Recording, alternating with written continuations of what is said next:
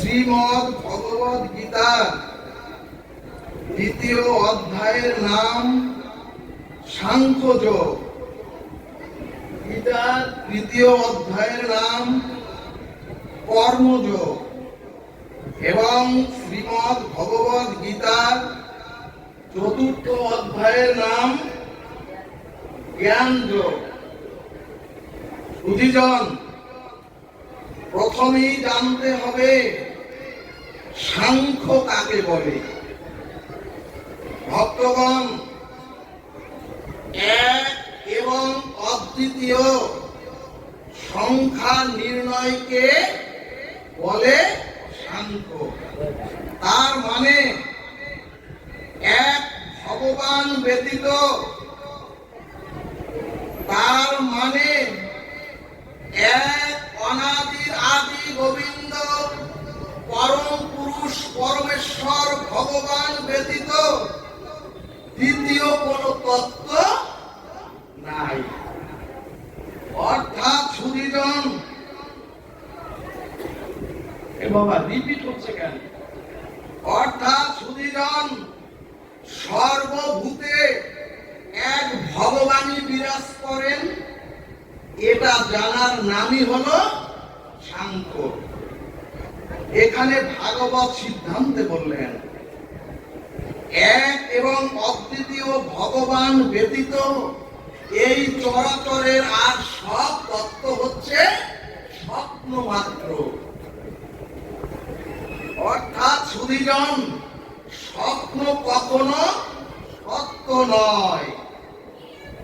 এখানে চৈতন্য ভাগবত দৃষ্টান্তে বললেন স্বপ্নে আমরা যেমন রাজা হয়ে যাচ্ছি, স্বপ্নে আমরা যেমন বিমানে নীল আকাশে ঘুরে বেড়াচ্ছি, স্বপ্নে আমরা যেমন নীল সমুদ্রের জাহাজে দেশ দেশান্তরে ঘুরে বেড়াচ্ছি, কিন্তু স্বপ্ন ভেঙে গেলেই সব মিছে। ঠিক তদ্রূপ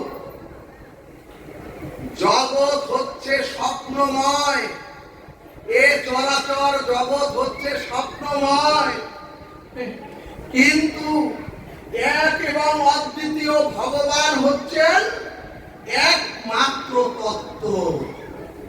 এই কারণেই শ্রীমদ্ ভগবদ গীতা বললেন, ওগো মায়া মোহ স্বপ্ন ছেড়ে, ওগো তোমরা মায়ার প্রহেলিকা ছেড়ে এক ঈশ্বর তত্ত্বকে জানার নাম হলো সাংখ্য। এরপরে দ্বিতীয় অধ্যায় হলো কর্মযোগ। সুধীজন, কর্ম কখনো শেষ হয় না, কিন্তু কর্ম আপনাকে আমাকে অবশ্যই শেষ করতে হবে। ভাগবত বললেন, ওগো কর্ম যতদিন আপনার জীবন থেকে বিশ্রাম না পাবে, ততদিনে আপনি আমি কখনোই প্রেম ভক্তি ভজনে শুরুই করতে পারবো না। জয় নিতাই গৌর হরি বল। অর্থাৎ সুধীজন, এখন আমাদের জানতে হবে কর্মটা কি। শাস্ত্র বললেন ইন্দ্রিয় দিয়ে যে ক্রিয়া সংগঠিত হয় তার নামই হচ্ছে কর্ম। সুধীজন, অর্থাৎ আমরা চোখ দিয়ে দেখা বলুন, হাত দিয়ে কর্ম করা বলুন, মন দিয়ে যদি কোনো কিছু ভাবনা চিন্তা করা বলুন, অথবা আমরা যদি স্মৃতি নিয়ে কোনো গবেষণা করি, এ সব হচ্ছে কর্ম। শ্রী ভগবান বললেন, ওগো কর্ম কখনো তোমাদের নিষ্কৃতি দেবে না, কিন্তু তোমাদের প্রারব্ধ, তোমাদের সঞ্চিত, তোমাদের ক্রিয়মান কর্ম থেকে উদ্ধার অবশ্যই হতে হবে, এবং উদ্ধারের একমাত্র পথ হলো হে অর্জুন, হে অর্জুন রূপী জগৎজিৎ, তুমি কর্তৃত্ব অভিমান ছেড়ে, হে অর্জুন রূপী জগৎজিৎ, তোমরা আমাদের সমর্পিত হয়ে যদি কর্মটা করতে পারো, তাহলে ওই কর্ম আর কোন ফলের কারণ তোমাদের জন্য হবে না। বলো না গো রাধে রাধে। চৈতন্য ভাগবত দৃষ্টান্তে বললেন, ধান থেকে ধানের খোসাটা ছাড়িয়ে ওই চাউলকে সার, জল, সেচন দিয়েও যদি কোন ক্ষেত্রে রোপণ করি, ওখান থেকে কোন অঙ্কুর উদ্গমন হবে না। ভাগবত বললেন, ওগো তাহলে ওই যে খোসাটা, ওই খোসাটাই হলো একটা ঝামেলার কারণ। অর্থাৎ হে প্রভু, আমি কোন কর্তা নই। হে প্রভু,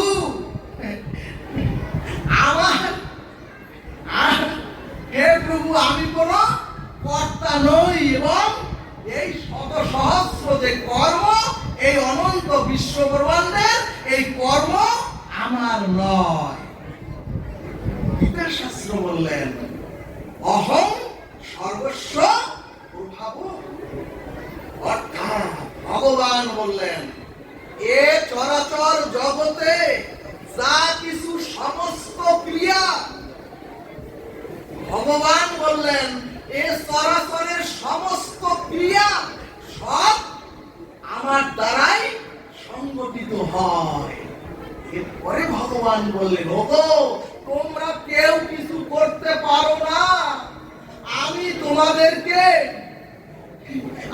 তোমাদেরকে পুতুলের মতো করে নাচাই, তাই তোমরা সংসারে বসে মৃত্যু করো। আমি তোমাদেরকে বলাই, তাই তোমরা কি সুন্দর মধুর গুলিতে কথা বলো।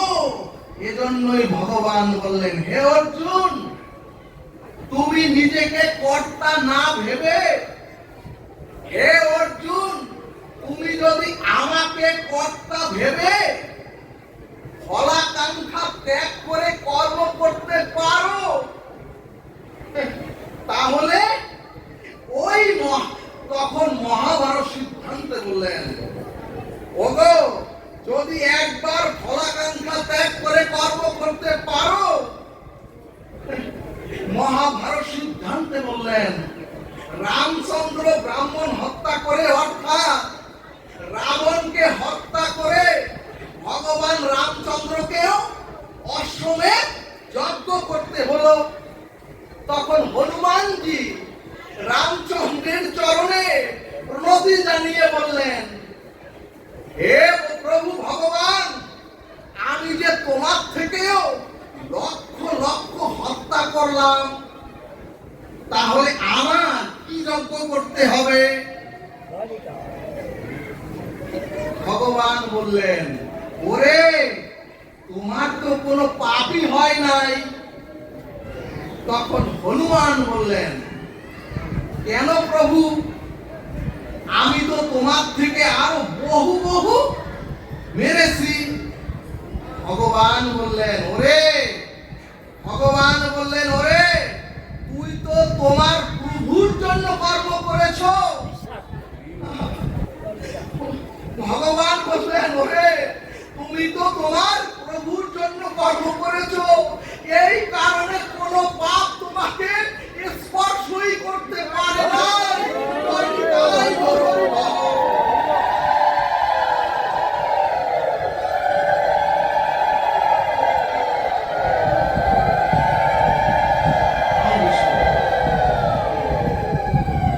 আজই সুধীজন যারা শুনছেন, আজ থেকে যদি আমি নিজে কর্তা নই ভেবে ভগবানের উদ্দেশ্যে যদি কর্মটুকু সমর্পণ করতে পারেন, এই কর্তৃত্ব অভিমান ত্যাগ করে ফলাকাঙ্ক্ষা বর্জিত হয়ে যদি কর্মের রহস্য আজকে আপনারা জানতে পারেন, তখনই ভগবান বললেন, ওগো কর্ম থেকে সম্পূর্ণ নিষ্কৃতি পেয়ে আজকে আপনারা চিরমুক্তি পাবেন। জয় নিতাই গৌর হরিবল।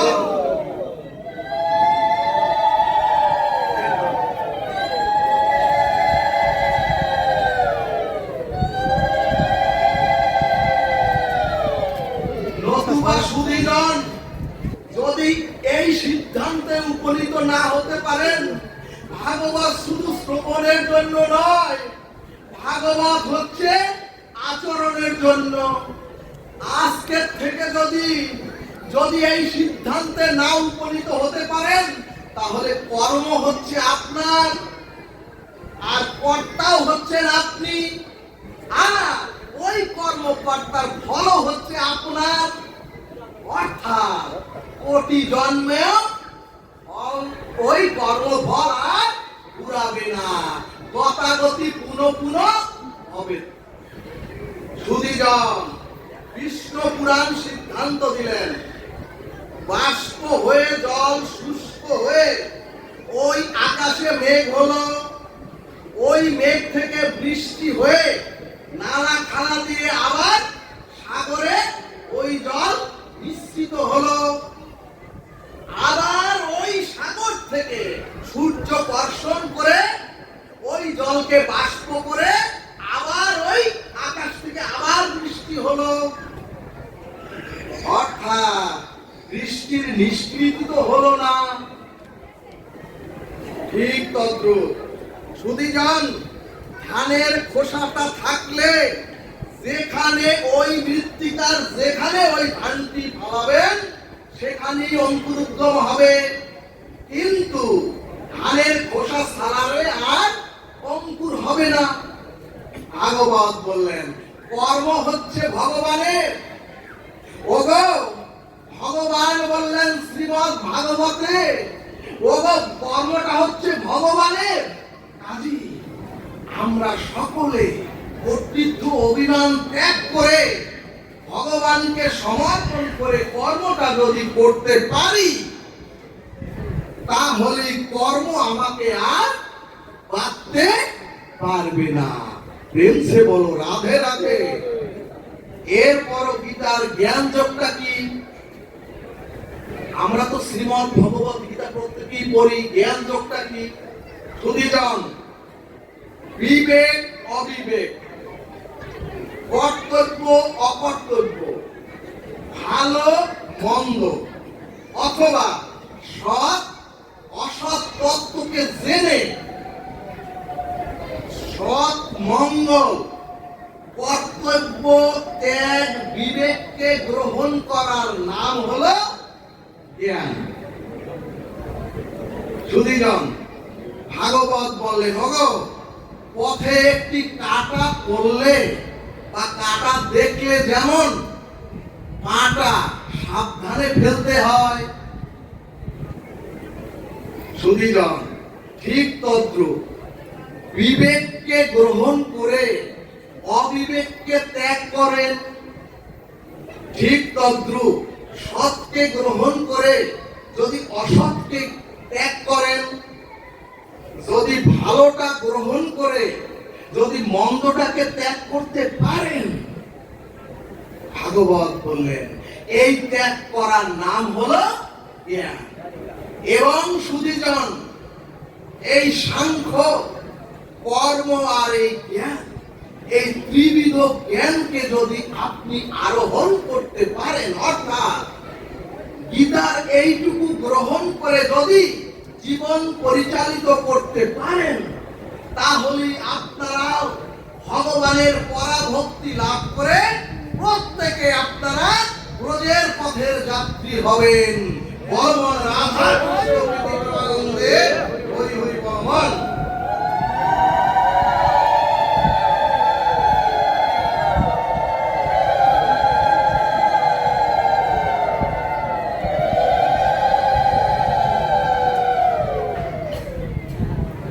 সুধীজন ধর্ম মানে শুধু যাগযজ্ঞ আর এই হাজার হাজার লোক সংগঠিত নয়। ভাগবত সিদ্ধান্ত দিলেন ধর্ম হচ্ছে আচরণে। এরপরে ভাগবত বললেন, ওগো হরিনাম প্রয়োজন, ভাগবত অমৃত সঙ্গ প্রয়োজন।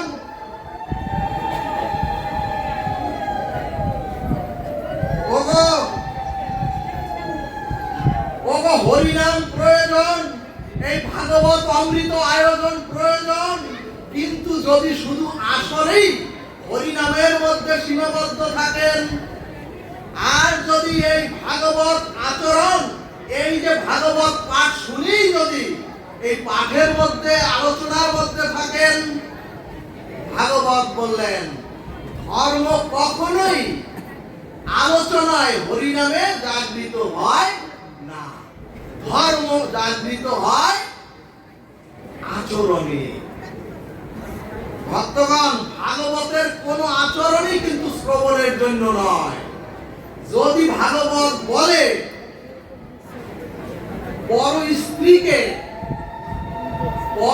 স্ত্রীকে মাতৃজ্ঞান করো, এটা তো কোনো আলোচনা বা শ্রবণের বিষয় নয়, এটা হচ্ছে আচরণের বিষয়। যদি বলা হয় ভাগবত বলছেন তোমার সর্ব ইন্দ্রিয়গুলিকে অর্থাৎ রিপুগুলিকে সংযত করো, এটাও কোনো শ্রবণের বিষয় নয়, এটাও হচ্ছে আচরণের বিষয়। কিন্তু সুধীজন, আজ আমরা 24 প্রহর, আজ আমরা 56 প্রহর, আজ আমরা 5 দিন 7 দিন হরিনাম দিচ্ছি, ভাগবত আয়োজন করছি, কিন্তু সনাতনী হিন্দুর গৃহ মন্দিরে পারিবারিক ভাবে কতটুকু ধর্মের অনুশীলন হচ্ছে? ভক্তগণ, আমি একবার ভোর 5টায় ঘুম থেকে উঠে এক মুসলিম পাড়ায় হাঁটতে গিয়ে দেখলাম প্রায় 80% মুসলিম মহিলারা সকালের নামাজ শেষে তাদের সন্তানদের সাথে বসিয়ে কোরআন তেলাওয়াত করছেন। কিন্তু সুধীগণ, আমাদের মায়েরা, আমাদের সনাতনীদের কতজন মায়েরা সকালে ঘুম ভেঙে মঙ্গল আরতি করেন? কতজন মায়েরা তাদের সন্তানকে আদর করে মঙ্গল আরতি সেরে শ্রীমদ ভগবত গীতার একটি শ্লোক কয়জন মাতা তাদের সন্তানকে শিখিয়েছেন? সুধীজন, ভাগবত বললেন, ওগো অনন্ত জন্মের তপস্যার সৌভাগ্যে সনাতনীর গৃহে জন্মগ্রহণ করার সৌভাগ্য হয়। কিন্তু সুধীজন, সেই সনাতনী হিন্দুদের সন্তানরা আজ সনাতন ধর্ম সম্পর্কে কিছু জানে না, তারা আজ ধর্ম ত্যাগ করে। অথচ এমন গৃহ নাই, কালী পূজা এমন গ্রাম নাই, শীতলা পূজা এমন মন্দির নাই, দুর্গা পূজা এমন জায়গা নাই, বাসন্তী পূজা হচ্ছে না।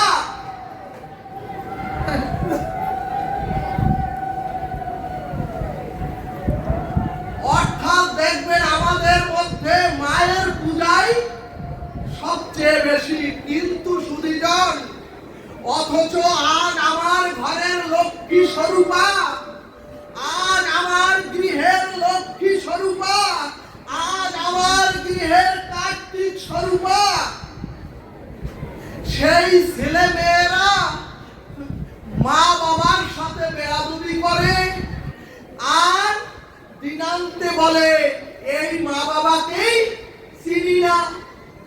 তার কিছুদিন পরে কোর্টে গিয়া বলে ওই মা বাবাকে আর দেখতে চাই চাই না, আর আমি ওই ধর্মটাই ত্যাগ করলাম। ভক্তগণ কি করলেন 50 বছর সাধনা করে? কি করলেন 40 বছর হরিনাম সংকীর্তন দিয়ে? কি করলেন এখানে কান্নাকাটি করে, ডামাডোল করে?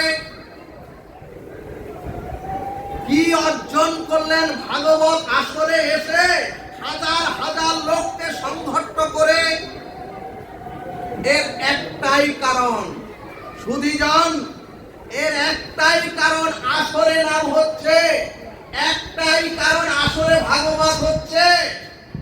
কিন্তু সুধীজন, সনাতনীর কোন গৃহে পারিবারিক ভাবে ধর্ম চর্চা হয় না। কোন সনাতনীর গৃহে গীতার অনুশীলন হয় না। এমনকি সুধীজন, হিন্দুর বাড়িতে প্রতিদিন আনহিক এবং সকলে একত্র হয়ে অন্তত একবার কতজন আমরা বাসার গৃহে হরিনাম করি? কতজন আমরা আনহিক করি? এমনকি সুধীজন, কতজন আমরা বাড়িতে বড়দেরকে প্রণাম করার শিক্ষা দিয়েছি?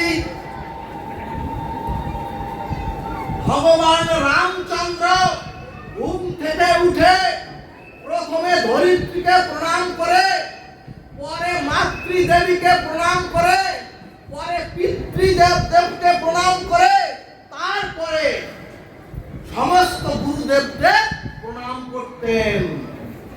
অথচ আমরা আজ সেই শিক্ষাও ভুলে গিয়েছি। মৃত্যুর পরে সন্তানকে বলতে হয়, ওরে যা এখন একটু চরণ ধৌত কর, তাও শিখিয়ে দিতে হয়। সুধীজন, প্রতিটি গৃহের মা যদি সকাল সন্ধ্যায় গৃহ মন্দিরে করতাল বাজিয়ে হরিনাম করেন, একদিন না একদিন আপনার পথভ্রষ্ট স্বামীও আপনার পিছনে এসে শান্তির জন্য বলবে। একদিন না একদিন বিকারগ্রস্ত আপনার সন্তানরাও শান্তির জন্য আপনার পাশে এসে বলবে। কাজী মায়েরা, আপনারা শুরু করুন। স্বামীর যদি ক্ষোভ থাকে, কষ্ট থাকে, ওই স্বামীও একদিন না একদিন ওই কাসর হরিনামের জন্য আপনার পিছনে এসে বলবে। আর যখনই বলবে, ওই ভগবানের দিব্য নামে ওই পরিবারের মধ্যে দিব্য আনন্দে ভরে যাবে। জয় নিতাই গৌর হরিবল। অতএব সুধীজন, একটু দীক্ষা শিক্ষা নিয়ে গৃহে ধর্ম চর্চা শুরু করুন। আমাকে আমার রাধা কুণ্ডের অনন্ত দাস বাবাজি কানে ধর, করবি কিনা বল? আমি বলি প্রভু করবো। বল, তুই গিয়ে যা কুকুরের মতো ঘেউ ঘেউ করবি। দেখবেন আপনাদের গৃহেও যাদের কুকুর আছে, রাত্রে তো ঘেউ ঘেউ করে, আর আপনারা ভাবেন ও ঘেউ ঘেউ করে করুক, কিন্তু সকালে দেখবেন আপনারা আপনাদের গৃহ মন্দির থেকে কোনো কিছু চুরি হয়ে যাচ্ছিল। সেই জন্য ওই কুকুরটা আপনাদেরকে সজাগ করার জন্য ঘেউ ঘেউ করেছে। সুধীজন, ঠিক তদ্রূপ আমার মতো কুকুররা আপনাদের কাছে ঘেউ ঘেউ করছি কেন জানেন? আপনাদের জীবনের সময়ও চুরি হয়ে প্রত্যেকে আমরা মৃত্যুর দিকে একটু একটু করে এগিয়ে যাচ্ছি।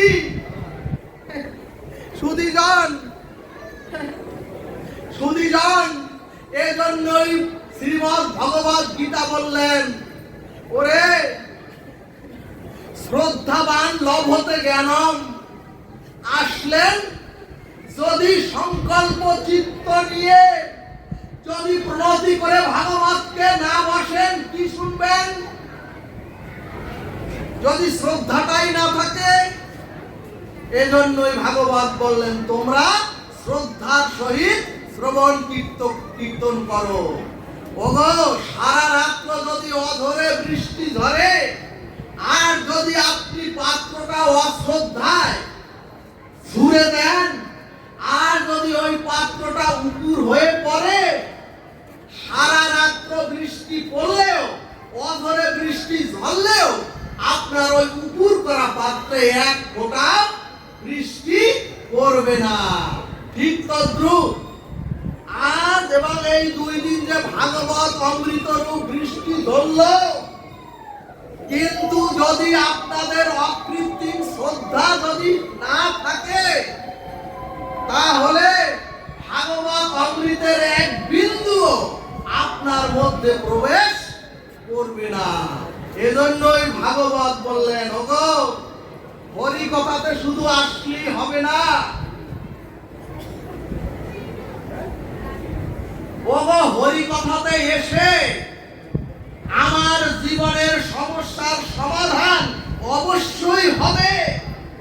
ওগো, আমাদের বলতে হবে, হরি কথাতে আসলে যদি আকুলতা, বেকুলতা আর উৎকণ্ঠার শ্রদ্ধাই যদি আপনার মধ্যে না থাকে, তাহলে সাধু সঙ্গ করেও কোনো লাভ নেই।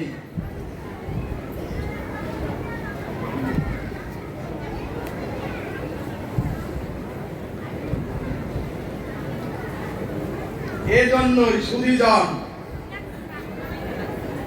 এরপরে শ্রীমদ্ ভাগবত বললেন, ওগো, অকারণে কাউকে কখনো কষ্ট দিয়ে, অকারণে কাউকে কখনো কষ্ট দিয়ে কাঁদাবেন না।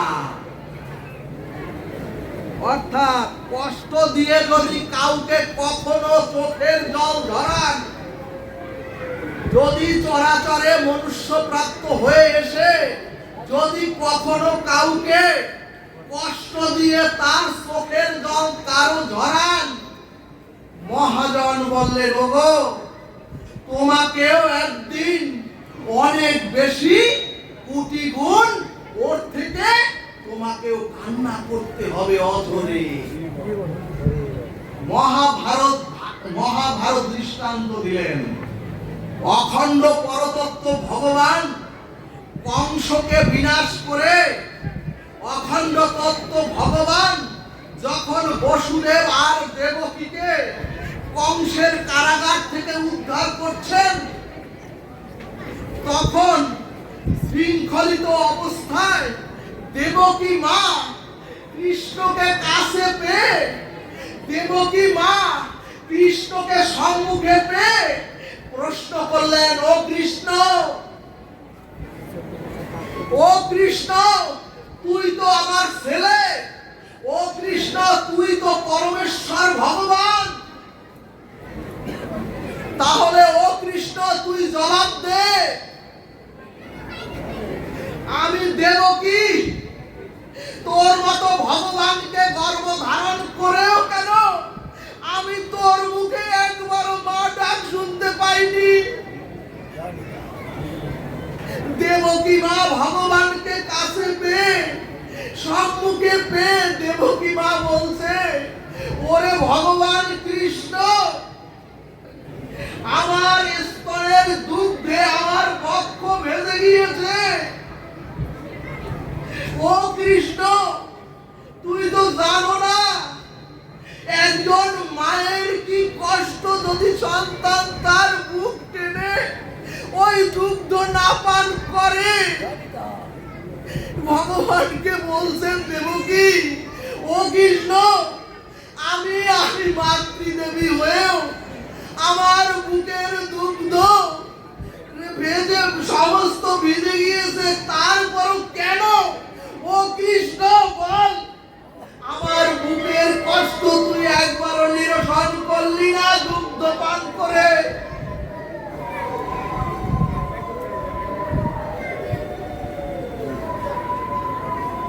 ভগবানকে কাছে পেয়ে দেবকী মা ওরে কৃষ্ণ, কোন অভিশাপে, বল ওরে কৃষ্ণ ভগবান, কোন অভিশাপে তোর মতো সন্তানকেও আমি পেয়ে? দেবকী মা বলছে, ওরে কোন অভিশাপে তোর বাৎসল্য প্রেম কেন আমি একটু উপভোগ করতে পারলাম না? ও ভগবান, তুমি এই প্রশ্নের জবাব না দিয়ে দেবকী মা ভগবানকে কাছে পেয়ে দেবকী মা বলছে, ও ভগবান, তুই এই প্রশ্নের জবাব না দিয়ে তুই আমার কোন শৃঙ্খল মুক্ত করতে পারবি না। তখন ভগবান মৃদু হেসে বললেন, ও মা, ও মা, তুমি দ্বিতীয়বার একটু আমার দিকে ফিরে তাকাও। এরপরে দেবকী যখনই ভগবানের দিকে ফিরে তাকালেন, দেবকী মা দেখেন তখন আর ওই নন্দ কৃষ্ণ নাই। দেবকী মা দেখেন তখন সম্মুখে দাঁড়িয়ে ধনুকধারী রাম। তখন সামনে দেখে দেবকী মা, সামনে ভগবান ধনুকধারী রাম দাঁড়িয়ে। তখন মা দেবকীকে বললেন, ও মা, ও মা, তোমার কি মনে আছে? ও মা, তোমার কি মনে পড়ে?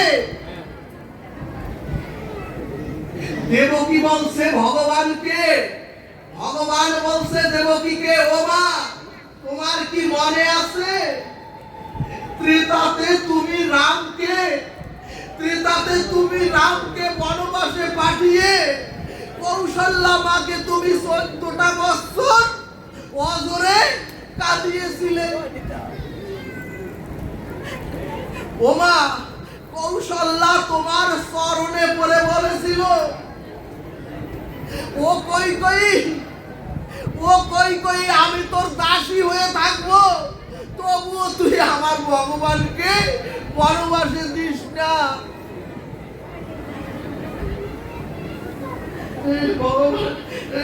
কৌশল্যা বলল, ভরত রাজা হোক আমার কোনো আপত্তি নাই, তারপরও তুই, ও কই কই, তুই রামের মা বলা ডাক থেকে আমাকে তুই বঞ্চিত করিস না। রাধে রাধে। সুধীগণ, এরপরে ভগবান বললেন, ও মা গো, সেদিন কৌশল্যার মর্মভেদী, সেদিন কৌশল্যার অঝোর কান্নার জল তোমার হৃদয় একটুকু বিচলিত করতে পারেনি। সেদিন তুমি ছিলে কই কই। ভগবান বললেন, ও মা গো, এবার বুঝলে তুমি? যদি কাউকে কাঁদাও তাহলে তোমাকেও কাঁদতে হবে, সেটাই আজ তুমি পাচ্ছ। জয় নিতাই গৌর হরি বল। ভাগবত সিদ্ধান্তে বললেন, এমন কর্ম, এমন ভাষা আর এমন ব্যবহার অথবা এমন আচরণ যেন আমরা কারো সাথে না করি যাতে মানুষের অভিশাপ পুড়িয়ে আমাকে আপনাদের চলে যেতে হয়। সর্ব বেদান্ত সার ভাগবত বললেন, আশীর্বাদ ছাড়া ভক্তি পাওয়াও যায় না, আর আশীর্বাদ ছাড়া এ মহাসংসারে সুখ শান্তির নাগালও পাওয়া যায় না। জয় নিতাই গৌর হরি বল। এরপরে গীতা শাস্ত্র বললেন, জীবের চির শান্তির জন্য বিহায় ও কামায়া, অর্থাৎ সুধীগণ, জীবের হৃদয়ে যতদিন জাগতিক কামনা বাসনা থাকবে ততদিন সে এই চরাচরে শান্তি পাবে না, এবং সে চরাচরে শান্তিও পেতে পারে না। এখন প্রশ্ন, কামনাটা কি? সুধীজন, ভাগবত বললেন, কামনা মানেই হচ্ছে কাম, আর কাম মানে হচ্ছে অশুভ বাসনা। আর সশুভ বাসনা হোক মানে তীব্র ভোগের বাসনা। সুধীজন, অর্থাৎ এই জাগতিক শব্দ, স্পর্শ, রূপ, রস, গন্ধের যে তীব্র ভোগের বাসনার যে কামনা, এই কামনা যতদিন জীবের চিত্তে হৃদয়ে থাকবে ততদিন জীব শান্তি পাবে না। এই কারণেই ভগবান বললেন, ও ধীরে ধীরে তোমাদের বিবেক বিচার আর সাধু সঙ্গের দ্বারা, সাধুগুরু মহতের চরণ ধুলির দ্বারা ধীরে ধীরে জাগতিক কামনা কমিয়ে দাও, তাহলেই তোমরা পরম শান্তি পাবে। ভাগবত বললেন, ওগো একটি কাঁটা যদি কারো অঙ্গে বিদীর্ণ হয় তাহলে পুরো শরীরটাই যেমন বিষে জড়জড় হয়ে যায়, বিষে ব্যথাগ্রস্ত হয়ে যায়। ভাগবত বললেন, তাহলে যার হৃদয়ে অনন্ত জন্মের অসংখ্য কামনার কাঁটা বিঁধে আছে, সে এই চরাচরে শান্তি, সুখ, সমৃদ্ধি পাবে কিভাবে? এরপরে সুধীজন, কামনা থাকলে কি হয় শুনুন। তুলসীদাস গোস্বামী রামায়ণ শাস্ত্রে বললেন, ভগবানের যিনি পিতা, ভগবানের যিনি পিতা, এই পিতা হওয়া তো চারটিখানি কথা নয়। ভগবানের পিতা হওয়া মানে তো সাধারণ কোনো কথা নয়, বিষয় নয়।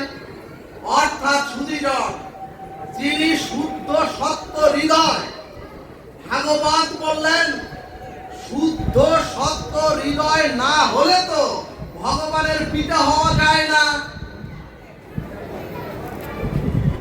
কিন্তু ভগবানের পিতা দশরথ, যিনি এত বড় চক্রবর্তী সম্রাট এবং যিনি সকল সুর নিরপতি হলো, তাদের কি ছিল? রাজা দশরথের সামনে সকলে মাথা নত করে থাকতেন। সুধীজন, সুর নিরপতি হলো দেবরাজ ইন্দ্র। অর্থাৎ সকল দেবতা যার মাথা নত করতে থাকতেন সেই রাজা দশরথ। এছাড়াও সুধীজন, পৃথিবীর সকল রাজেন্দ্রবর্গ, এ চরাচরের সকল চক্রবর্তী সম্রাট এই রাজা দশরথের সামনে এসে তার আজ্ঞা নেয়ার জন্য অবনত মস্তকে নত জানু হয়ে হাত জোর করে দাঁড়িয়ে থাকতেন। সুধীজন, এমন বিশুদ্ধ সত্য আশ্রয় করে স্বয়ং পরমেশ্বর ভগবান রামচন্দ্র পুত্র রূপে এসেছেন, তিনি তো সাধারণ কেউ নন। কিন্তু সুধীজন, সেই রাজা দশরথ চক্রবর্তী সম্রাট, সেই রাজা দশরথ চক্রবর্তী সম্রাট তিনিও কৈকেয়ীর মেধা আর রূপের কারণে, কৈকেয়ীর মেধা আর রূপের জন্য কৈকেয়ী যখন ক্রোধ করত, যখন রাগান্বিত হতো, তখন ওই রাজা দশরথ তার গৃহে গিয়ে দিনের পর দিন ওই কৈকেয়ীর গুণগান করতেন, এমনকি ওই কৈকেয়ীর পা ধরে বসে থাকতেন তার রাগ নিরাময়ের জন্য।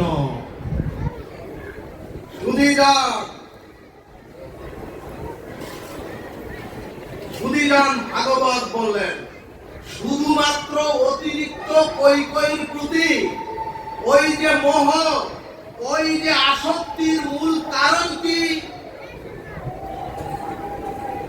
সুধীজন, এত বড় চক্রবর্তী সম্রাট, এত বড় রাজা, সেই রাজারও অতিরিক্ত কৈকেয়ীর প্রতি আসক্তি হলো মূল কারণ। সর্ববেদান্ত ভাগবত বললেন, যদি চক্রবর্তী সম্রাট যদি ভগবানের পিতার এমন আসক্তিতে রাজ্য হারা হয়ে যদি জীবন বিসর্জন দিতে হয়, তাহলে এই চরাচরে যদি আমাদের রূপ যৌবন আর ভোগ বাসনার প্রতি অতিরিক্ত যদি আকাঙ্ক্ষা থাকে, যদি আমাদেরও অতিরিক্ত আসক্তি থাকে, তার কি দশা হতে পারে এই চরাচরে? এই কারণে ভাগবত বললেন, ওগো কামনা বেশি বেশি জাগান, ওগো বেশি বেশি বাসনা জাগৃত করেন, তবে সেই কামনাটা, তবে সেই বাসনাটা যেন ভগবত ভজনের হয়। ওগো সেই কামনাটা যেন ভগবত ভক্তির জন্য হয়। জয় নিতাই গৌর হরিবল। ভক্তগণ, একটি প্রশ্ন, মানুষের কি আয়ু বৃদ্ধি হয়? মানুষ কি চরাচরে এসে গোবিন্দের কাছ থেকে যে আয়ু নিয়ে আসে, তারপর কি আয়ু বর্ধিত করা যায়?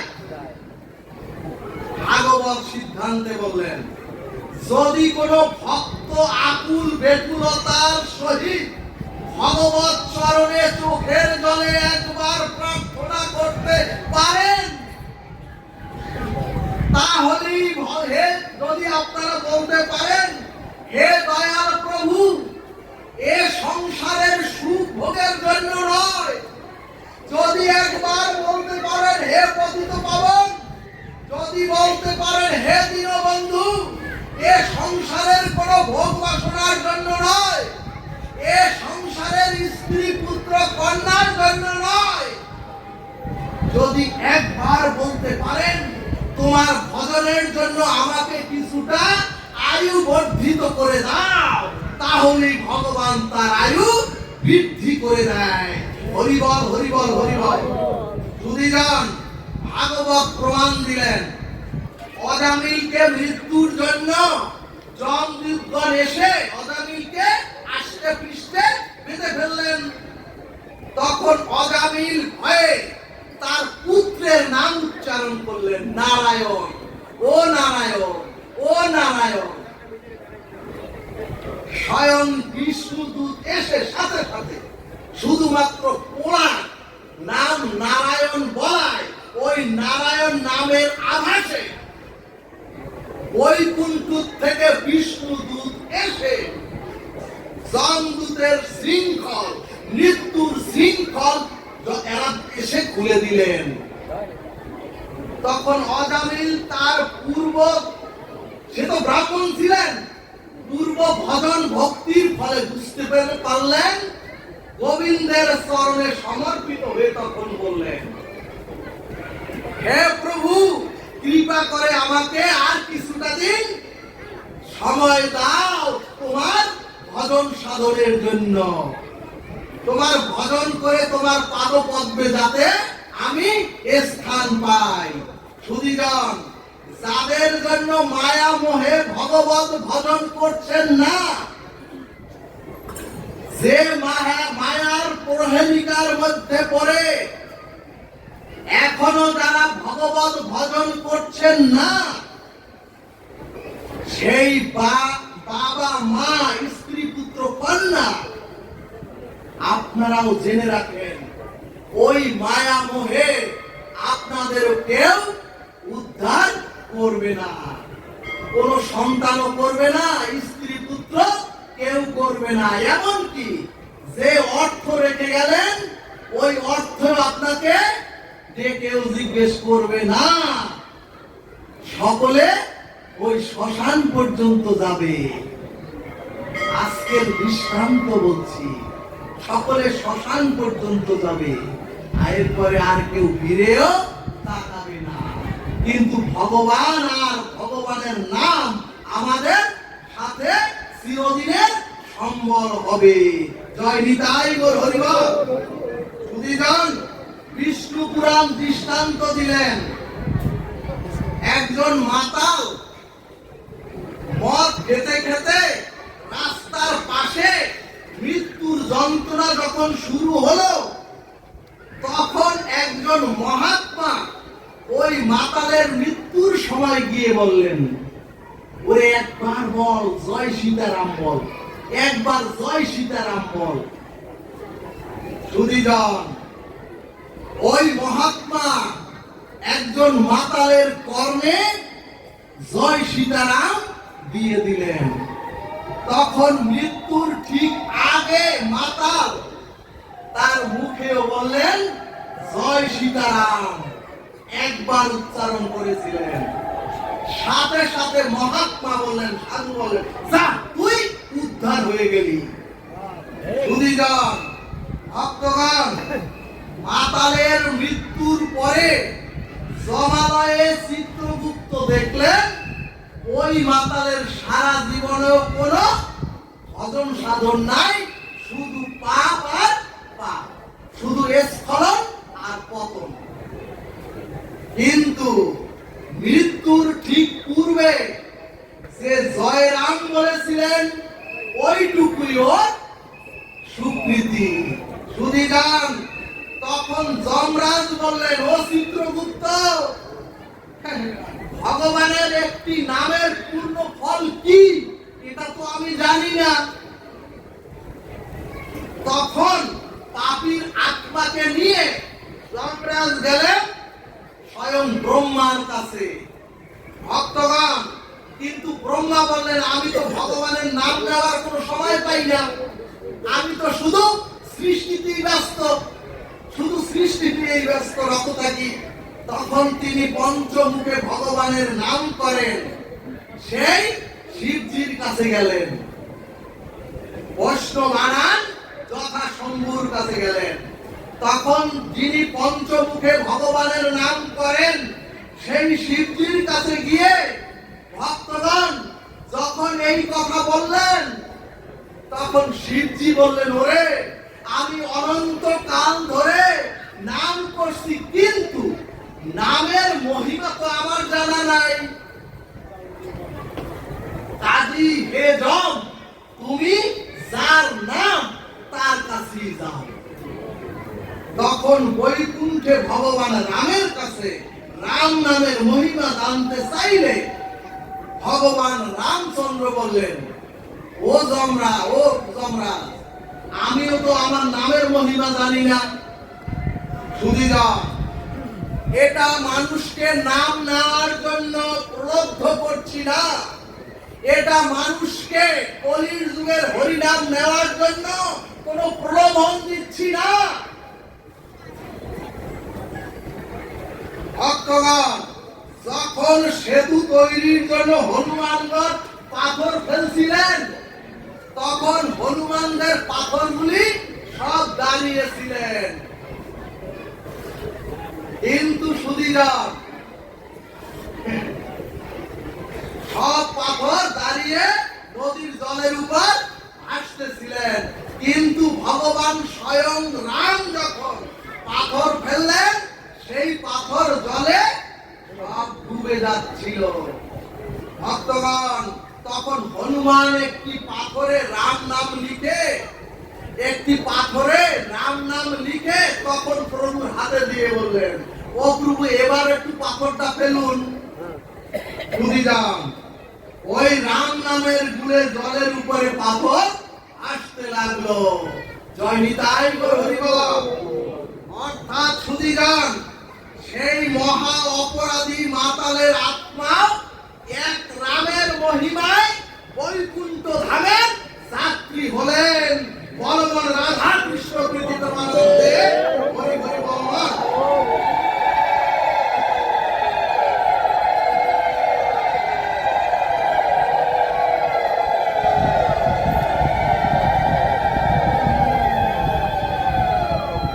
সুধীজন, নামের ক্ষমতা এমন ভগবান নিজেও জানেন না, নামের এমন ক্রিয়া শক্তি। কাজী দয়া করে প্রতিদিন অন্তত যারা শুনছেন প্রত্যেকে অন্তত 16 মালা জপ করুন। হরে কৃষ্ণ মহামন্ত্র বলে 16 মালা জপ করুন। ভক্তগণ, নামের মধ্যেই আছে সংসারের যারা জুড়াবাদ মহাশক্তি, আর নামের মধ্যেই আছে এই দেহের যারা জুড়াবাদ শীতলতা, নামের মধ্যেই আছে পরকালের চিরমুক্তি। জয় নিতাই গৌর হরি বল। গীতা বলছে কি নিয়ে এসেছিলেন, এখান থেকেই তো সব নিয়েছেন। আবার যেদিন চলে যাবেন সেদিনও শূন্য হাতে। এ কাল কবলিত সংসারে যেদিন এসেছিলাম শুধু একটু কান্না নিয়ে শূন্য হাতে এসেছিলাম। আবার যেদিন যাব সেই যাওয়ার প্রেক্ষাপটটাও দেখবেন কোন রকম একটু জল সাবানে আপনাকে ধৌত করে একটি ছোট সাদা কাপড় জড়িয়ে আপনাকে শ্মশানে তুলে দিবে।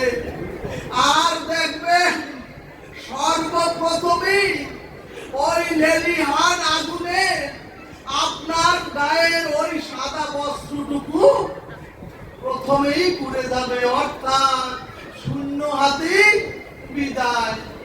কিন্তু সুধীজন,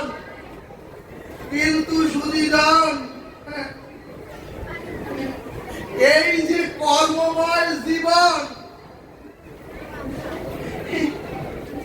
ভাগবত বলছে ওগো তোমার দেহের অন্তিম ক্রিয়া সংস্কারটা হচ্ছে শ্মশান পর্যন্ত, কিন্তু কর্মময় জীবনের যা কিছু স্খলিত কর্ম ওই মৃত্যুর পরে ছায়ার দেহ আর কায়ার দেহ, ওই কর্মময় জীবনের যা কিছু স্খলিত কর্ম সেদিন পাহাড় সমান হয়ে আপনার ওই ছায়ার দেহকে বাধা দেবে মুক্তির পথে যেতে।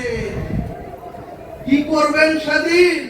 পারবেন ওই পাহাড় সমান পাপের স্তূপকে ঠেলে মুক্তির পথে যেতে? কারণ কেউ তো নাই, দেহের বল শক্তিও তো নাই, কারণ দেহ তো থাকবে না, এই আত্মীয় স্বজন তো থাকবে না, কেউ তো নাই। কলসিটা ভেঙেই বলবে আর ওদিকে তাকিও না। কিন্তু ভক্তগণ, ভাগবত বলে দিলেন ওরে যে যায়। আজকে এখানে একজন গেলেন হরিনাম করে, সবাই গেলাম আর ওখানে একা রেখে এলাম। কিন্তু যে গেছেন উনি জানিয়ে গেছেন, কি জানিয়ে গেছেন? যে যায় সে জানিয়ে যায়, ওরে আজ আমি চলে গেলাম, এরপর তোর পালা। ও মাগো, যে কোনো সময় ডাক আসবে, ও মাগো প্রত্যেককেই চলে যেতে হবে। ভাগবত বললেন এই মনুষ্য জন্মটাই হচ্ছে একটা বিশ্রামাগার। ওগো এই মনুষ্য জন্মটাই হচ্ছে একটা ওয়েটিং রুম। আর প্রত্যেকেই আমরা মৃত্যু রূপ ট্রেনে টিকিট কেটে সেই বিশ্রামাগারে স্টেশনে আর আমরা 2 ঘন্টার জন্য সবাই অপেক্ষা করছি। আর ওয়েটিং রুমে বসে কথা বলতে বলতে ওয়েটিং রুমের সকলের সাথে কুটুম্বিতা হয়েছে। ও বাবা, এ মহাসংসারটাই হচ্ছে সেই বিশ্রামাগার।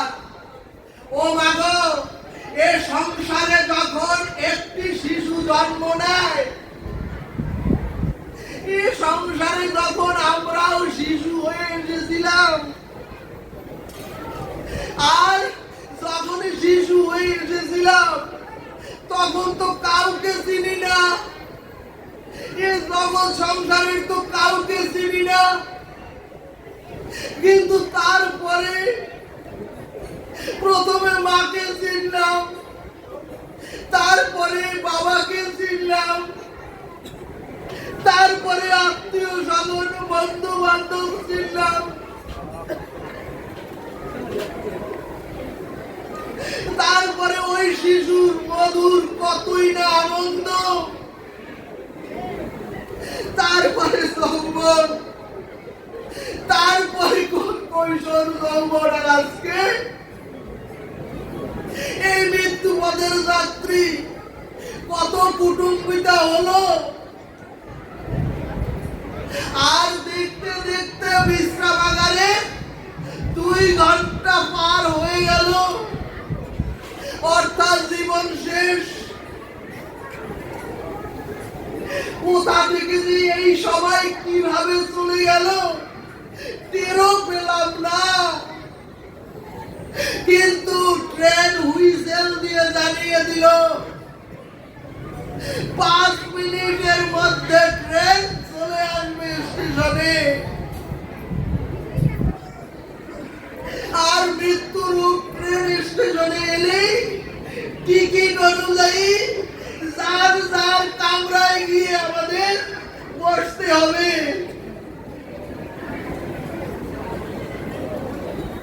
ও বাবা, এই ভব সংসারে আর কেউ থাকলো না,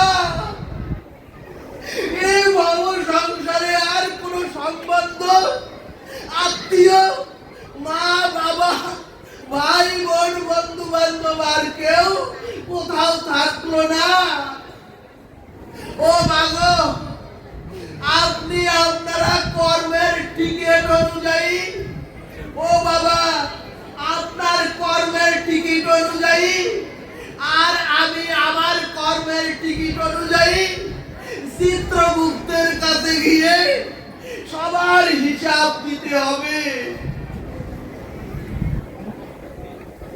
সুধীজন, এই ভব সংসারটাও ঠিক তেমনি।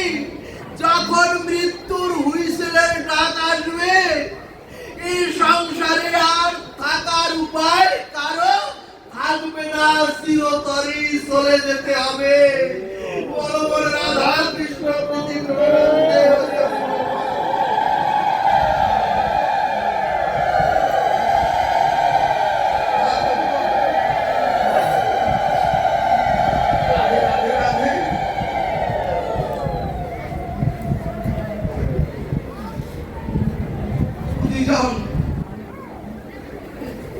শ্রীমদ্ ভগবদ গীতায় ভগবান বিশ্বরূপ দর্শন যোগে স্পষ্ট করে বলেছেন,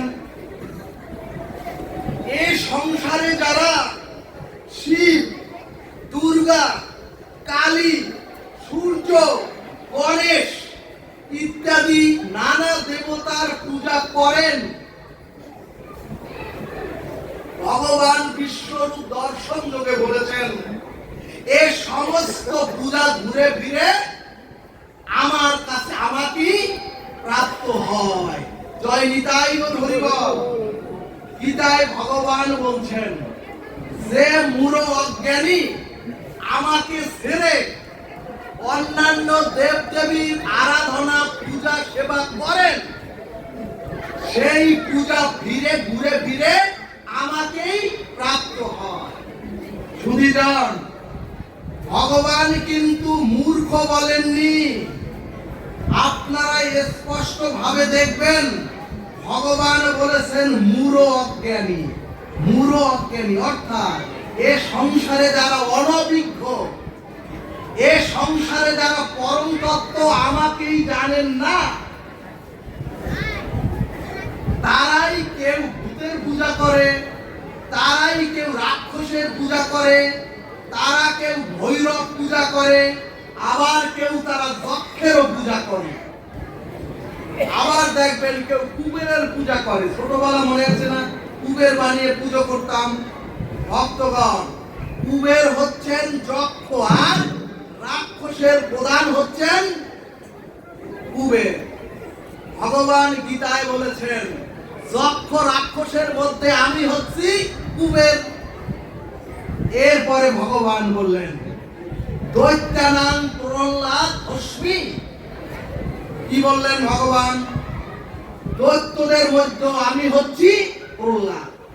সুধীজন, এরপরে ভগবান বললেন অহম সর্বভূতানাম। কি বললেন?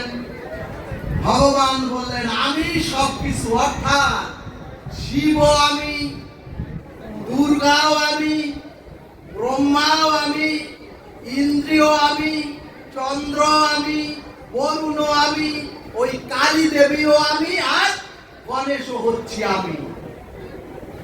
তখন অর্জুন প্রশ্ন করলেন প্রভু আমি কি করে মানবো যে আপনি সবকিছু? তখন ভগবান বললেন অর্জুন তাহলে তুমি দেখো। অর্জুন দণ্ডবত হয়ে বললেন ও প্রভু আমি তো কিছুই দেখতে পাই না। সুধীজন তখন ভগবান বললেন ওরে এই চর্মচোখে কিছুই দেখা যায় না, আমি তোকে দিব্য দৃষ্টি দিচ্ছি তাহলেই তুই দেখতে পাবি। কিন্তু সুধীজন ভগবান বললেন আমার রূপ এ চরাচরের অন্য কেউ দেখবে না। সুধীজন অর্জুন দিব্য দৃষ্টি পেয়েই দেখলেন বিশাল বিশ্ব যারা ভগবান বিশ্বরূপ দর্শন করলেন অর্জুন। জয় জয় শ্রী নন্দকুলার ভগবান শ্রীকৃষ্ণ প্রমানন্দে।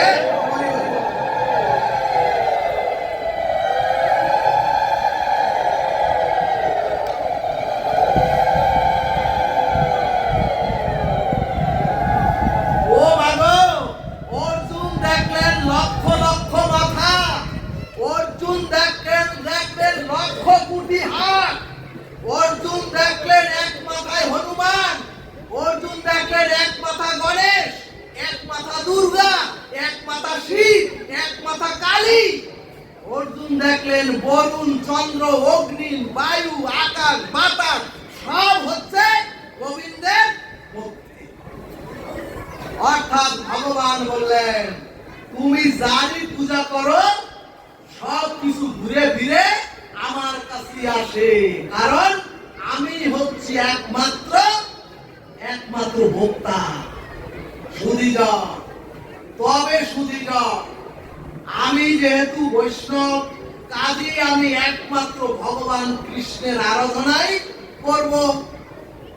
এখন প্রশ্ন কেন দেব দেবীর পূজা করতে নেই? ভাগবত বললেন আপনার মূল গন্তব্য হচ্ছে মথুরা, আপনার আমার সকলের গন্তব্য হচ্ছে মথুরা, তাহলে আপনার মনে একমাত্র মথুরাই থাকা উচিত এবং আপনি অবশ্যই মথুরা মেইন রাস্তা ধরবেন। কিন্তু সুধীজন যদি আপনি ভাবেন একটু কালীঘাট ঘুরে আসি, কিন্তু সুধীজন আপনি যদি ভাবেন একটু বালুর ঘাট ঘুরে আসি, বেলুর মঠ ঘুরে আসি, যদি আপনি ভাবেন একটু মালদা ঘুরে যাই, যদি ভাবেন একটু হরিদ্বার ঘুরে যাই, সুধীজন ভাগবত বললেন তাহলে আপনার সময় নষ্ট করবে আর আপনি অনেক দেরিতে ওই মথুরায় পৌঁছাবেন। প্রেমসে বলুন রাধে রাধে। অর্থাৎ যেখানে আপনি 2 ঘন্টায় পৌঁছাতেন সেখানে আপনি ভোর সন্ধ্যায় গিয়া পৌঁছাবেন।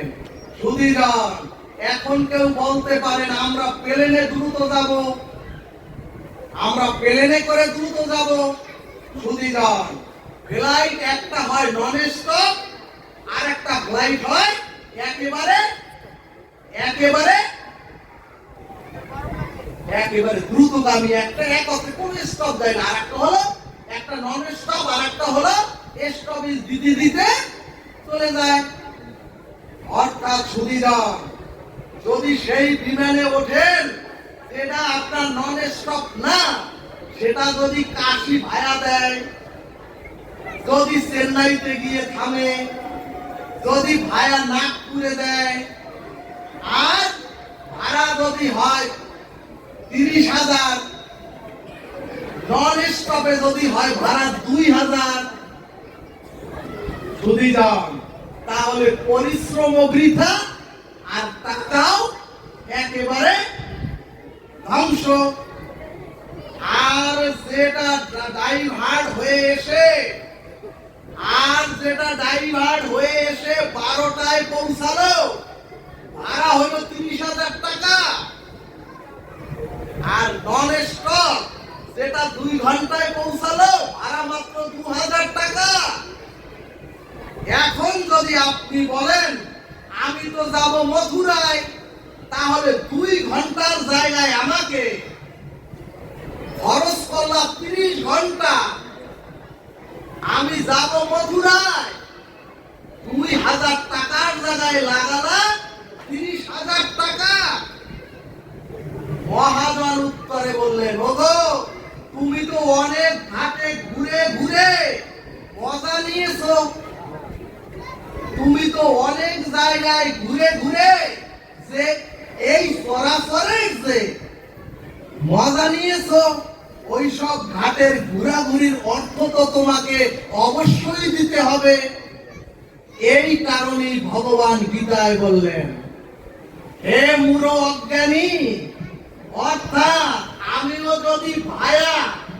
আমিও যদি ঘাটে ঘাটের টিকিট কাটি অথবা যদি ডাইরেক্ট টিকিট না কাটি, তাহলে তো আমরাও আজকে মূঢ় অজ্ঞানী হয়ে যাব। ভগবান গীতায় বললেন, যে মূঢ় অজ্ঞানী আমাকে ছেড়ে দেব দেবীর পূজা করে, তারা ওই 30 ঘন্টা ঘুরে ওই 30,000 টাকা দিয়ে ওইখানে পৌঁছাবেন। কিন্তু যিনি বুদ্ধিমান, যিনি জ্ঞানী, যিনি জ্ঞান যোগ জেনেছেন, তিনি সব ত্যাগ করে একমাত্র নন স্টপ রাস্তা ধরে এ জন্মেই আমাকে প্রাপ্ত হবে। জয় নিতাই গৌর হরিবল। অন্যদিকে সময় নষ্ট, পরিশ্রম অর্থাৎ তোমাকে বহু জন্মে ওইখানে পৌঁছাতে হবে। এই কারণেই বৈষ্ণবগণ সোজা রাধা মাধবের ভজন করেন। সুধীজন, হিন্দুদের আরেকটি প্রশ্ন, একজন বৈষ্ণব ভক্ত কালীবাস বাড়ি বসে প্রশ্ন করেছেন। এখন আবার আমার হোয়াটসঅ্যাপে প্রশ্ন পাঠিয়েছেন একজন বৈষ্ণব ভক্তের প্রশ্ন হচ্ছে, যখন বৈষ্ণবের ঘরে পূজা হয় তখন যদি প্রসাদ ভুজি ব্রাহ্মণ না পায়, তাহলে কি ব্রাহ্মণ দ্বারা পূজা করা যাবে? সুধীজন, কারণ আমরা তো বৈষ্ণবরা বলে আমরা তো প্রসাদ ভুজি। আবার অনেকে বলে যে প্রসাদ ভুজি বা নিরামিষ ভুজি নয়, এমন ব্রাহ্মণ দিয়ে তো পূজা পাঠ করলে বা করানো যায় না। সুধীজন, সুধী শাস্ত্রজ্ঞ ভক্তমণ্ডলী, এমন কোন কথা কোন গ্রন্থে লেখা নাই, এমন কোন কথা কোন জ্ঞানী ব্যক্তিরাও বলতে পারেন না। শাস্ত্র বললেন, ব্রাহ্মণ তিনি প্রসাদ ভুজি হোক অথবা ব্রাহ্মণ তিনি নিরামিষ ভুজি নাই বা হোক, তিনি যদি নিত্য গায়ত্রী জপ করেন, তিনি যদি নিত্য গায়ত্রী মন্ত্র জপ করেন, আর তিনি যদি শিখা সূত্র ধারণ করেন, এমন ব্রাহ্মণ দিয়ে গৃহের মধ্যে, এমন ব্রাহ্মণ দিয়ে মন্দিরে, এমন ব্রাহ্মণ দিয়ে আসরে, জাত কর্ম সংস্কার, এমন ব্রাহ্মণ দিয়ে বিবাহ সংস্কার, এমন ব্রাহ্মণ দিয়ে মৃত সংস্কার আদি অবশ্যই করতে হবে। সুধীজন, আপনি যখন বৈষ্ণব হয়ে রয়েছেন, তখন সেই বৈষ্ণব মৎস্য বা মাংস ভুজি অথবা আমিষ ভুজির হাতে অন্ন প্রসাদ গ্রহণ করেন না। এই জন্য কথাটি শুধু বলা হয়েছে। কিন্তু সুধীজন, তখন ওই বৈষ্ণব কোন অবৈষ্ণবীয় কোন বৈষ্ণবীয় আচরণযুক্ত ব্রাহ্মণ কি সে খুঁজে নিতে পারেন। কিন্তু সুধীজন, যদি প্রসাদ ভুজি ব্রাহ্মণ না পাওয়া যায়, তখন যে কোনো বৈদিক ক্রিয়াকার্য যদি আপনি আমি ব্রাহ্মণ ছাড়া অব্রাহ্মণকে দিয়ে করাবেন, তখন দেবতাগণ সেটা স্বীকার করবেন না। শাস্ত্র সিদ্ধান্ত দিলেন। সুধীজন, এই প্রশ্নের উত্তর দিতাম না। এখন আজকেও একটি শ্মশানে একজন অব্রাহ্মণ মৃত সংস্কার, সেই মৃত সংস্কার করলেন, যেটা সম্পূর্ণ অশাস্ত্রীয়। সুধীজন, শাস্ত্র সিদ্ধান্ত দিলেন বৈদিক কার্যে পৌরোহিত্যের সংকল্প করার অধিকার একমাত্র ব্রাহ্মণের রয়েছে। পৌরোহিত্য করার একমাত্র ওই ব্রাহ্মণের রয়েছে। কারণ পূজার পুণ্যবাচন, পূজার কার্য ব্রাহ্মণ ছাড়া হতে পারে না। কারণ যজ্ঞের কুশকণ্ডিকা, ব্রাহ্মণ ছাড়া কেউ করতে পারবেন না। এমনকি যজ্ঞের মধ্যে ব্রহ্মাও হতে হয়। যজ্ঞের মধ্যে ওই ব্রাহ্মণকে ব্রহ্মাও হতে হয়, এবং ব্রাহ্মণ ছাড়া ব্রহ্মার সংকল্প অন্য কেউ করতে পারেন না। শাস্ত্র বললেন ব্রাহ্মণ ছাড়া অন্য কেউ যদি ব্রহ্মার সংকল্প নেয়, তাকে অবশ্যই একেবারে বিনাশ প্রাপ্ত হতে হবে। এই কারণেই অনেক ছেলেরা ব্রাহ্মণ সাথে পৈতা দিয়ে, সুধীরান, এই কারণেই যজ্ঞাদি কার্যে ব্রাহ্মণ, সে বৈষ্ণব হোক অথবা সে অবৈষ্ণব হোক, যদি তিনি নিত্য গায়ত্রী মন্ত্র জপ করেন, সেই ব্রাহ্মণ পৌরোহিত্য কর্ম করাবেন। অর্থাৎ যার কর্ম তাকেই করতে হবে।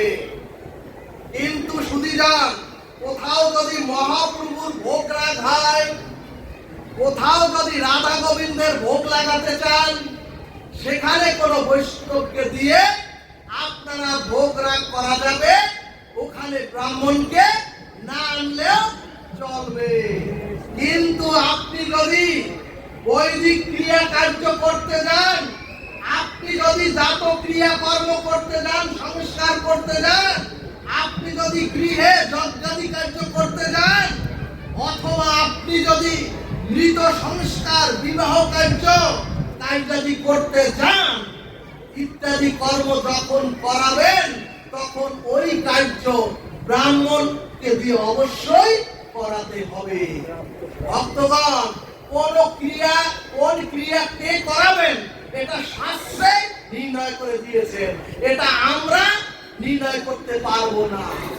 বাবা, খাদ্য অখাদ্য বস্তু, খাদ্য আর অখাদ্য বস্তু, ওটা যুগ শত সহস্র যুগ থেকে চলে এসেছে, আবার শত সহস্র যুগ পর্যন্ত চলতেই থাকবে। আমাদের কাজ হলো বোঝানো, আর আপনাদের কাজ হলো শাস্ত্রের এই বিধি, শাস্ত্রের এই নিয়ম আপনাদের মেনে চলা। এটুকুই হলো ভাগবতের মাহাত্ম্য। সুধীরান, আরেকটি প্রশ্ন পাঠিয়েছেন, তুলসীর মালা পরে কি মৎস্য মাংস আহার করা যায়? এরপরে একটি কঠিন প্রশ্ন পাঠিয়েছেন, আমি উত্তর দিতে চাইনি। আরেকটি প্রশ্ন পাঠিয়েছেন, আমিষ আহার করে কি গুরু মন্ত্র জপ করা যায়? সুধীরান, শুনুন, তুলসীর মালা পড়লে মাছ মাংস খাওয়া অথবা কি মিথ্যা কথা বলা যায়, এই প্রশ্নটা করেছি।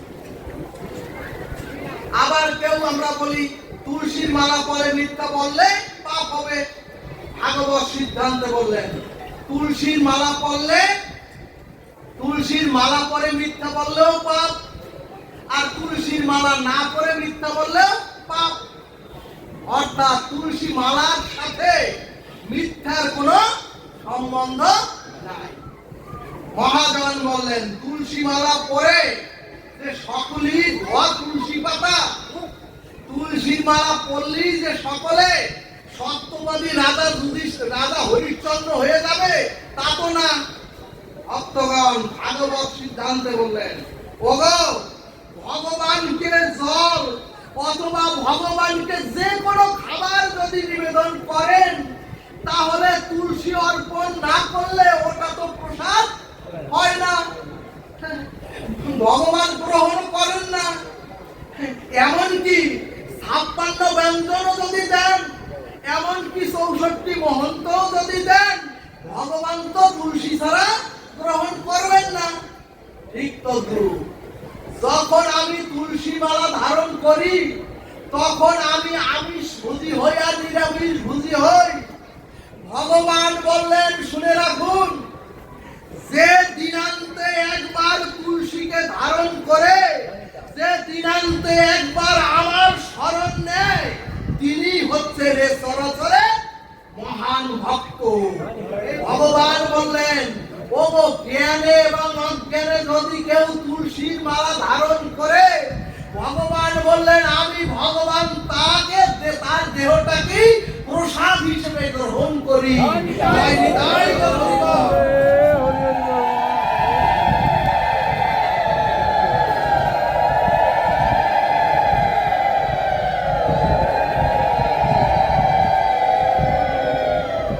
তবে শুনিলাম তুলসীর মালা পরে জীব হত্যা করে আমিষ খেলেও পাপ, আর তুলসীর মালা ছেড়ে আমিষ খেলেও ওই একই পাপ। আপনি আগুনে হাত সোজা করে দেন আর এভাবে দেন, আগুন করে দেন, আগুনের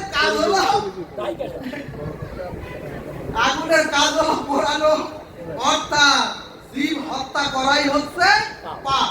তবে ভক্তগণ, যেহেতু আমাদের আস্তে আস্তে অবশ্যই ওই যে তবে সুধীজন আমাদের আস্তে আস্তে যেহেতু মথুরার দিকে উঠতে হবে, অর্থাৎ প্রথম সিঁড়িতে না উঠলে কখনোই দ্বিতীয় সিঁড়ি তৃতীয় সিঁড়ি কখনোই ওঠা যাবে না। ভাগবত বললেন তোমাকে যদি উপরের তলায় উঠতে হয়, আমরা তো সকলেই ওই 4 তলায় ছিলাম, আমাদের কর্মের কারণে আমরা পতিত হয়ে এখন নিচতলায়। আবার আমরা আস্তে আস্তে ওই সব ভেদ করে এখন 3য় তলায় এসে পৌঁছেছি মনুষ্য জন্ম নিয়ে। আর একটুখানি পর যদি একটু সাধন ভজন করেন, ওই ভগবত ধামে পৌঁছে যাব। এজন্যই বলছেন তোমাকে যদি উপরের তলায় উঠতে হয়, তাহলে তুলসী তিলক হরিনাম গ্রহণ করে ভগবত সিঁড়িতে অবশ্যই উঠতে হবে।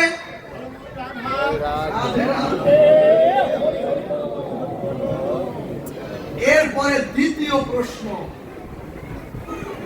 প্রশ্ন শুনলে কষ্ট পাবেন, কিন্তু এই প্রশ্নের উত্তর একজন বৈষ্ণব ছাত্র পাঠিয়েছেন, নাম প্রকাশে অনিচ্ছুক।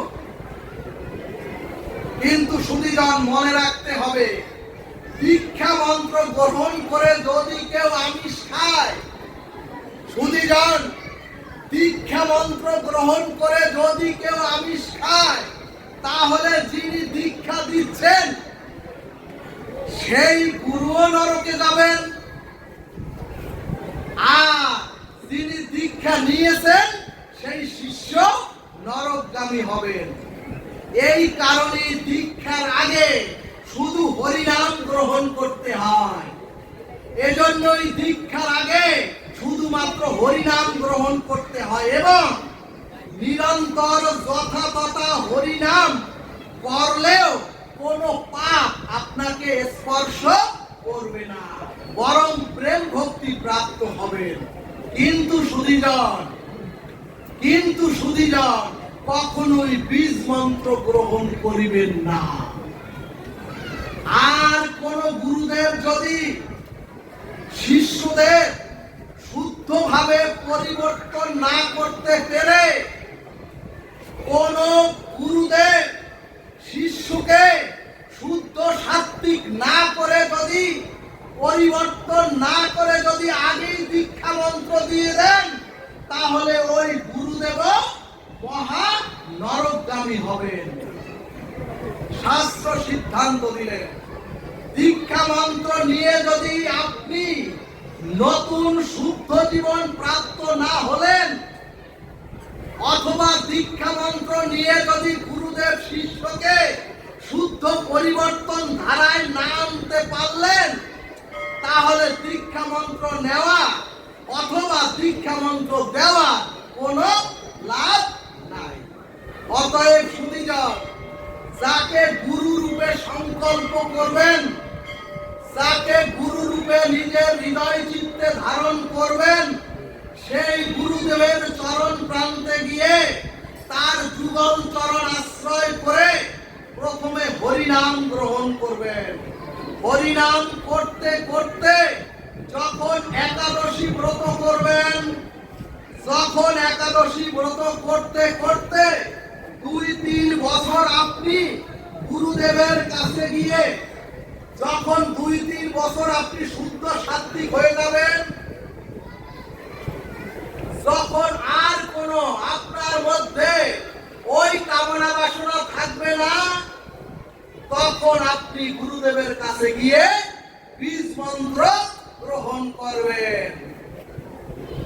বুঝিজন, ওই ছেলের প্রশ্ন, বীজ মন্ত্রটা আসলে কেমন? শুধু শুনে যান। বীজ মন্ত্রের আগে যদি কিলিং বীজ না হয়, আর বীজ মন্ত্র যদি কাম বীজ কাম গায়ত্রী না হয়, তাহলে আপনি আমি কৃষ্ণ মন্ত্রী দীক্ষিত হতে আজও পারিনি।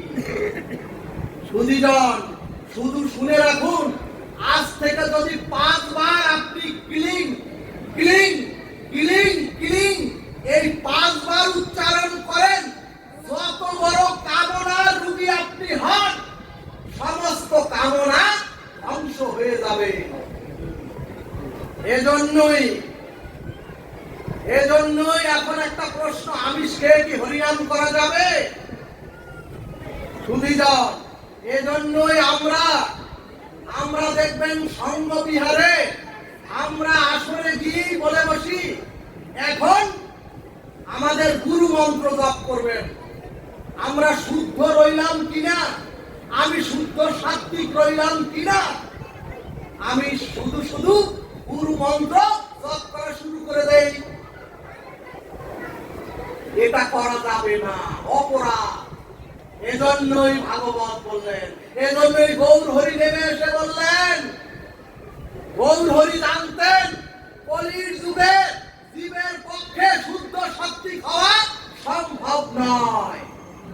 সেজন্যই গৌর হরি বললেন, গৌরাঙ্গ মহাপুরুষ তিনি জানতেন কলির যুগের জীব মহাপাপিষ্ঠ, এবং পাপিষ্ঠদের উদ্ধারের জন্য গৌর হরি রাধাদাস্য মঞ্জুরি ভাব, এই মঞ্জুরি ভাবে এই হরিনাম দিয়ে গেলেন, এবং হরিনাম যে কোনো পরিস্থিতিতে আপনি আমি নিয়ে উদ্ধার হতে পারবো।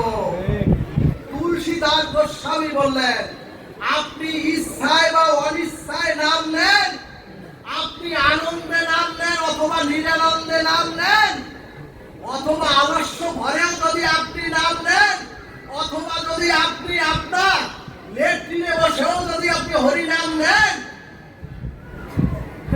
এরপরে বললেন আপনি বিছানায় বসে নেন হরিনাম, এরপরে বললেন আপনি খেতে খেতে নেন হরিনাম, এরপরে বললেন আপনি উঠিতে বসিতে স্নানে লেট্রিনে প্রত্যেক পরিস্থিতি আপনি হরিনাম করতে পারবেন, এবং হরিনাম করলেই আপনার চিরমঙ্গল হবে। জয় নিতাই গৌর হরিবল।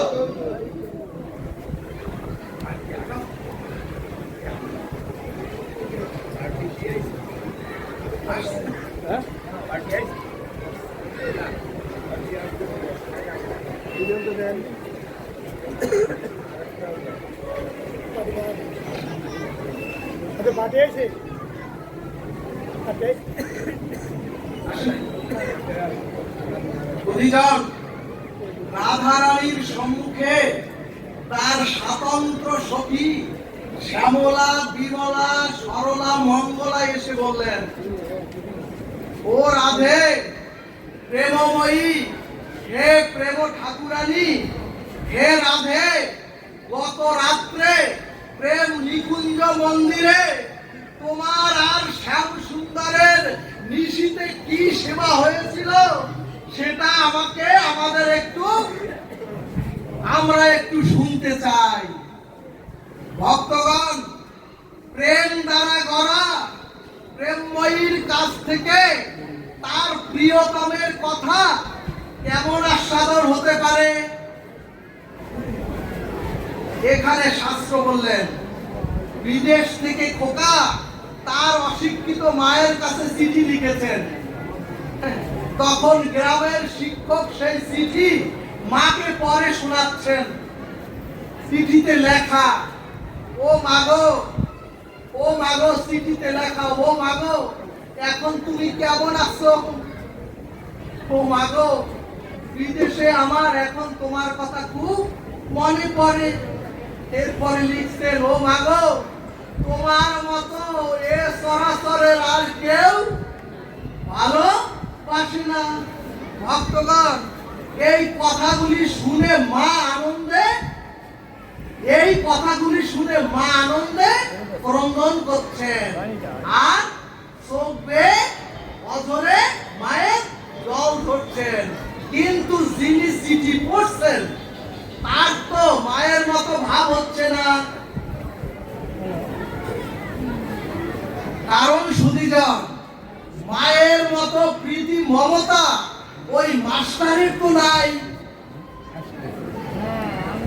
তাই মায়ের হৃদয় ছুঁয়ে গেলেও, মায়ের হৃদয় বিগলিত হলেও, মায়ের অশ্রু ঝরলেও ওই মাস্টারের মনে একটুও বিচলিত হলো না।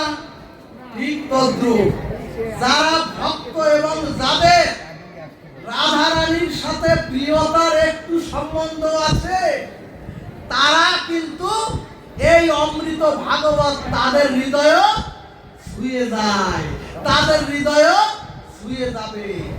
এই কারণেই ভাগবত বললেন, ভগবানকে ভালো না বাসতে পারলে, ভগবানকে ভালো না বাসতে পারলে, ভগবানের সাথে প্রিয়তা না আসলে হরি কথাতে মন বসানো যায় না। যতই বসে থাকেন আর যতই ছটফট করেন। তখন রাধা রানী বললেন, ওরে, তোরা আমার শ্যাম সুন্দরের কথা মন প্রাণ দিয়ে শুনবি তো? রাধারানীর সখীরা বললেন, রাধারানী বললেন, ওরে সখীরা, তোরা আমার ওই প্রিয়তমার কথা মন প্রাণ দিয়ে শুনবি তো? কারণ আমার শ্যাম সুন্দরের কথা শোনবার মতো শোনার মানুষ আজও পেলাম না। নিতাই গো হরিবল। তখন রাধারানীর সখীরা বললেন, বলো কি রাধে? ও রাধে, কি বলো? এত ভাগবত পাঠ এত সহস্র সহস্র মানুষ শ্রবণ করে, অথচ তুমি বলছো হরি কথা শোনার মানুষ পেলাম না।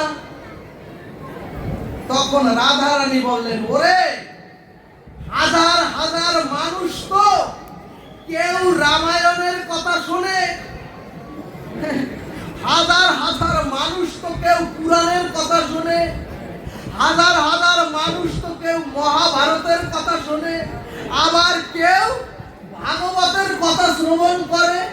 কিন্তু এটা তো সখাদের সাথে গোবিন্দের খেলা, এটা তো সখাদের সাথে গোবিন্দের খেলা, এটা তো মা যশোদার সাথে গোপালের বাৎসল্য লীলা। কিন্তু ওরে, ওরে সখীরা, আমার প্রিয় পরম শ্যামকে হৃদয়ে প্রতিরূপে বসিয়ে, ওরে সখীরা, আমার ওই গোবিন্দকে তাদের হৃদয়ে প্রিয়তমা হিসেবে বসিয়ে, ওরে সখীরা, তাদের সকলের হৃদয়ে আমার গোবিন্দকে প্রতিরূপে বসিয়ে সর্বস্ব অর্পণ করে আমার মধুর কথা শোনার মানুষ এ জগতে পেলাম না। জয় নিতাই গৌর হরিবল। এখানে ভাগবত বললেন, ওগো গোপী আর গোপীনাথের বিনাশ কুঞ্জের কথা শুনতে গেলে, ওগো আজকে নাকি এখানে রাসলীলা হবে। যদি ওই রাসলীলায় রক্ত মাংসের দেহ নিয়ে নৃত্য করে আপনাদের রাধা কৃষ্ণ দেখায়, আর যদি আপনারা ওই মানুষটাকেই কৃষ্ণ ভেবে বসেন, আর ওই নারীর দেহকেই যদি রাধা ভেবে বসেন, ভাগবত বললেন, ওগো যদি নিকুঞ্জ মন্দিরের এই কথা, নিকুঞ্জ মন্দিরের এই অমৃত কথা যদি শুনতে হয়, তাহলে আপনাদের সকলে পুরুষ অভিমান ছেড়ে হৃদয়ে গোবিন্দের ভাব নিতে হবে। কারণ যাহাতে গোবিন্দের প্রাকৃত ভাব, অর্থাৎ যাহাতে আমাদের মনের মধ্যে রক্ত মাংসের ভাব না আসে। সুধীজন রাধারানী বললেন, ওরে শ্যামলা, কাল নিকুঞ্জ প্রেম মন্দিরে বধূ আর আমি এক শয্যায় শয়ন করেছি। তখন কি দেখলাম জানো? বধূ হচ্ছে আমার পরশমণি। কারণ যেই আমার সাথে অর্থাৎ স্পর্শ হয়েছে, আমার দেহ অঙ্গ পরশ পাথর হয়েছে। আমি আরো অনুরাগী হয়েছি, কাঙ্গালিনী হয়েছি পরশ পাথরের ছোঁয়াতে। ঠিক তেমনি ভগবানের একটু প্রেমে পরশ পাথরের মতো জীবের অঙ্গেও সোনায় রূপান্তরিত হয়ে যায়। যদি একটুখানি অঙ্গের মধ্যে ভগবানকে এখন আপনারা নিতে পারেন, আপনাদের দেহ এক একজন সোনায় রূপান্তরিত হয়ে যাবে। জয় নিতাই গৌর হরিবল। সুধীজন, যেহেতু ওনারাই রাসলীলা করবে, আমি রাসের মধ্যে আর প্রবেশ করলাম না। জয় জয় নবসিধাম বৃন্দাবন বিহারী লাল কি জয়, জয় কৃষ্ণচন্দ্র ভগবান কি, শ্রী শ্রী নব বৃন্দাবনে রাধা মাধব কি, পঞ্চতত্ত্ব কি, সখী বৃন্দ কি, প্রেমের ঠাকুর গৌর হরি কি, প্রেমময়ী শ্রীমতী রাধারানী কি। জয় নিতাই গৌর সীতারাম প্রেমানন্দে হরি হরি বলবান।